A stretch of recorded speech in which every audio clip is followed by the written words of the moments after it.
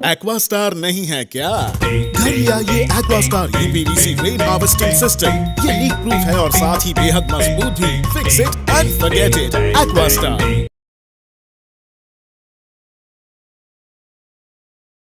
नमस्कार, मेरा नाम है हर्षित सिंह तोमर और आप देख रहे हैं न्यूज आप तक अंडमान। जैसे जैसे चुनावों की तारीखें नजदीक आ रही हैं, अब केंद्र स्तर पर भी बैठे जो बड़े बड़े मंत्री हैं वो भी अंडमान में आकर अपने अपने तौर तरीके से चुनाव प्रचार में जुट गए हैं। ऐसे में आज अंडमान के पोर्ट ब्लेयर के ITF ग्राउंड में ऐसे में भारतीय जनता पार्टी के अध्यक्ष जगत प्रकाश नड्डा और JP नड्डा आज विष्णुपद राय और समस्त अंडमान के भारतीय जनता पार्टी के कार्यकर्ताओं और नेताओं के साथ आज यहाँ पे एक बड़ी जनसभा आयोजित करते हुए दिखे। हम आपको बता दें कि इस जनसभा में विष्णुपद राय भी मौजूद थे, जॉली जी भी मौजूद थे और उनके साथ बहुत सारे और भी भारतीय जनता पार्टी के नेता कार्यकर्ता मौजूद थे। और उन लोगों ने इससे पहले जैसे ही जगत प्रकाश नड्डा जी जब आ रहे थे, उससे पहले उन्होंने भारतीय जनता पार्टी के जो केंद्र स्तर पर काम हुए हैं, जो अंडमान में काम हुए हैं और जो कांग्रेस के कार्यकाल के कामों की कमी थी, उन सबको गिनवाते हुए जनता के सामने अपने आप को प्रोत्साहित करके प्रस्तुत किया। आपको बताएं, सबसे पहले तो LG और MP का ये जो बजट एलोकेशन का मुद्दा था, उससे घेरते हुए भारतीय जनता पार्टी के नेताओं ने और प्रवक्ताओं ने बातचीत शुरू करी। उसके बाद तमिल स्पीकर भी आकर खास तौर पर कश्मीर में 370 के मुद्दे को कवर करते हुए बीजेपी के जो काम थे, जो कार्यकाल था, उसको सबके सामने, जनता के सामने प्रस्तुत करते नजर आए। और एक बार मैं कैमरा सहयोगी को बोलूंगा, आपको बोले, बीजेपी के समर्थक नहीं, यहाँ पे और भी बड़े बड़े निर्दलीय पार्टी के भी नेता वहाँ पे मौजूद है। वहाँ पे मैं अगर एक बार बोलूँ कैमरा सहयोगी को, वो आंध्र प्रदेश की राजनीतिक ये इंडिपेंडेंट पार्टी है जो यहाँ पे आई थी बीजेपी को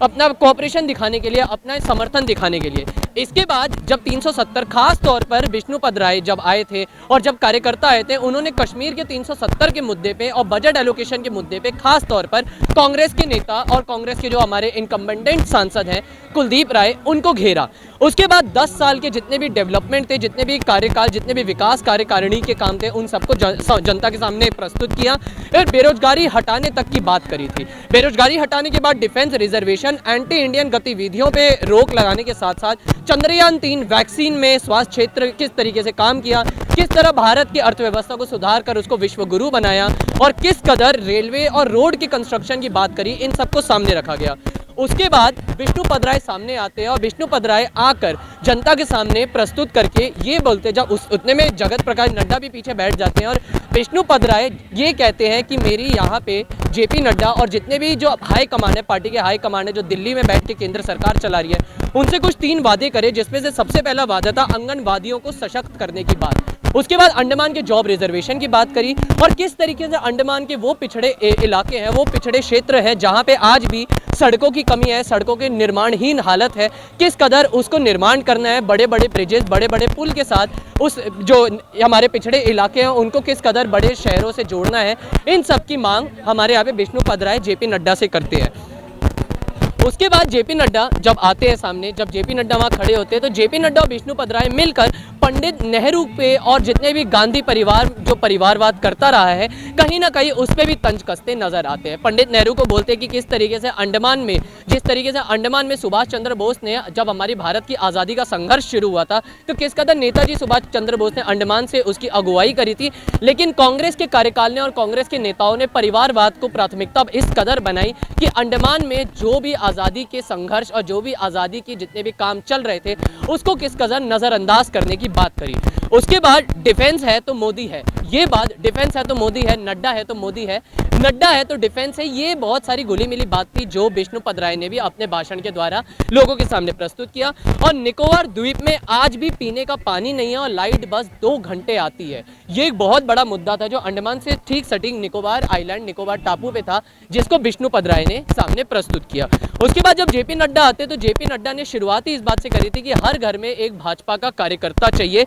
आजादी के संघर्ष की गाथा अगर अंडमान से शुरू हुई थी तो उसको छुपाने की बात पर खास तौर पर अंडमान में लोगों के सामने, अंडमान के जितने भी लोग हैं, लोकल्स हैं, उन सबको बताया गया। और कांग्रेस ने आज़ादी में लड़ने वाले जितने भी स्वतंत्रता सेनानी थे उनको भुलाने की कोशिश करी गई है, ये कहकर अंडमान के लोगों को केंद्र स्तर की राजनीति और केंद्र स्तर पे जो भी ये सारी चुनाव प्रचार होते हैं उससे जोड़ा गया। उसके बाद वीर सावरकर को भी बुलाने की बात करी गई, जिनके नाम पे अंडमान का इकलौता एयरपोर्ट वीर सावरकर एयरपोर्ट बना है, इसकी की बात करी गई और कांग्रेस ने उपेक्षित रखा और विकास कार्य को टाला है। और अंडमान में खास तौर पर विकास कार्य को टाला गया है क्योंकि कांग्रेस में इससे पहले जो सांसद थे कुलदीप राय थे, तो किस कदर कांग्रेस ने यहाँ पे जितने भी विकास कार्य के काम थे उनको टाला है, किस तरीके से दलित और जो पिछड़े नेता, जो पिछड़े जनता है, उन सबको किस कदर सशक्त ना करने की अगुवाई करी है और किस तरीके से अंडमान जो कि आर्थिक ताकत बनाई जा सकती थी लेकिन कांग्रेस ने उसको आर्थिक ताकत ना बनाने पे मजबूर किया है। इसके साथ साथ गांव को किस कदर आगे बढ़ाया है,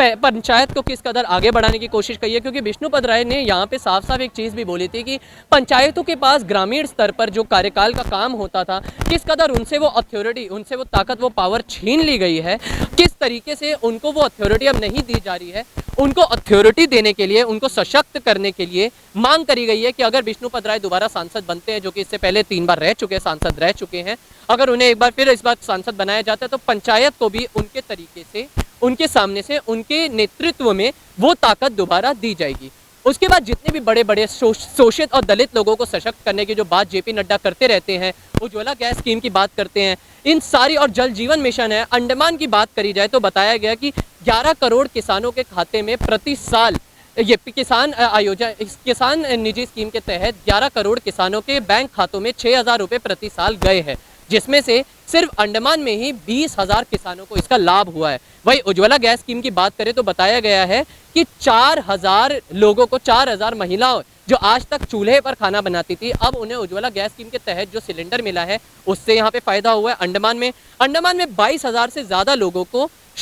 महिलाओं के लिए शौचालय बने हैं, क्योंकि जैसे आपको पता है ये शौचालय का ये जो स्वच्छ भारत अभियान के तहत बन रहा था, तो किस तरीके से 22,000 अंडमान की महिलाओं को शौचालय दिया गया है, जिसका नाम इन्होंने बड़े इज्जत के साथ इज्जत घर नाम दिया है। आयुष्मान भारत योजना की बात करें जाए तो उससे भी हज़ारों लोगों को अंडमान में फ़ायदा दिलाया गया है और अंडमान में खास तौर पर मेडिकल कॉलेज की फैसिलिटी दी गई है, लॉ कॉलेज की फैसिलिटी दी गई है और 700 करोड़ का पहला प्रोजेक्ट ही यहाँ पे अंडमान एयरपोर्ट का प्रोजेक्ट था, जो अंडमान वासियों को दिया गया है। और सागरमाला प्रोजेक्ट समग्र शिक्षा के तहत अंडमान के लोगों को बताया गया है कि ये भी प्रोजेक्ट उनके कार्यकाल में दिए गए थे। और एक बहुत बड़ा वादा करके गए हैं कि अगर यहाँ पे दोबारा इनका कार्यकाल आता है, दोबारा अगर वो चुनाव जीतते हैं, तो ट्रांसशिपमेंट के लिए एक पोर्ट बनाया जाएगा, जिसके तहत 2 लाख युवाओं को यहाँ पे रोजगार के अवसर मुहैया कराए जाएंगे, प्राप्त करे जाएंगे। और उसके बाद उन्होंने इंडी गठबंधन पे अपने अपने तरीके से बुराइयां और अपने अपने तरीके से बुराइयों के तहत उन्हें घेरा गया है। ऐसे में अभी एक सवाल यही बनता है कि इसमें कितनी सच्चाई है, अंडमान की जनता क्या चाहती है, क्योंकि कहीं ना कहीं जेपी नड्डा और यहाँ पे विष्णुपद राय ने पूरी ट्रांसपेरेंसी के साथ जनता के सामने अपने आप को प्रस्तुत किया।